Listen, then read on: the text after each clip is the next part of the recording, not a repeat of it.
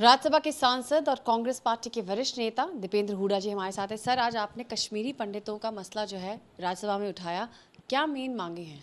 देखिए, ये एक ऐसा वर्ग है जिसको अपने देश में ही विस्थापित वर्ग कहलाना पड़ा। कितनी बड़ी पीड़ा अपनी मातृभूमि में इस विस्थापित कहलाने की रही होगी।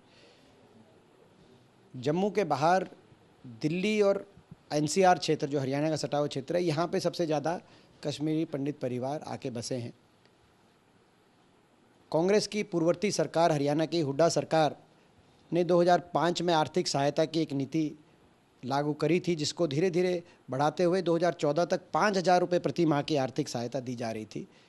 दुर्भाग्य से भाजपा की मौजूदा खट्टर सरकार में वो उस नीति को डिसकंटिन्यू कर दिया गया और वो आर्थिक सहायता बंद है।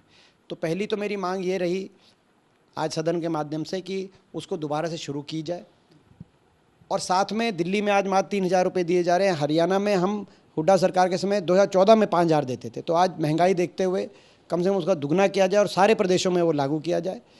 इसके साथ साथ केंद्र सरकार पुनः स्थापित करने के लिए कश्मीर के अंदर ज़मीन एक्वायर कर एक स्पेशल टाउनशिप बनाने का प्रस्ताव लेके आए। उस प्रस्ताव का हम पूरा साथ समर्थन सहयोग करेंगे।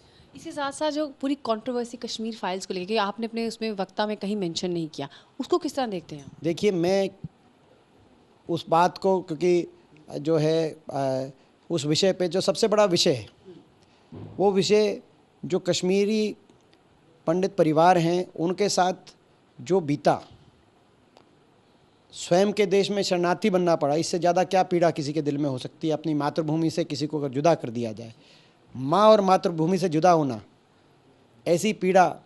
तो आज इसका जो मंथन हो रहा है वो सार्थक मंथन की दिशा ये रहेगी कि उनको उनके जीवन व्यापन को किस प्रकार से, कहाँ उनकी मदद की जा सकती हो, उनको पुनः स्थापित करने के लिए किस तरह की योजना लाई जा सकती हो, और वो अगर अभी जब तक पुनः स्थापित पूर्णतः नहीं किया जा सके तो जिन प्रदेशों में वो बसे हुए हैं उनकी कैसे आर्थिक सहायता की जा सकती हो। ये महत्वपूर्ण विषय अगर विषय हैं तो इस पर राजनीति करना महत्वपूर्ण नहीं है, ये विषय महत्वपूर्ण मैं मानता हूँ। मेरा आखिरी सवाल है, आम आदमी पार्टी तो कह रही है हमने बहुत कुछ किया है कश्मीरी पंडितों के लिए।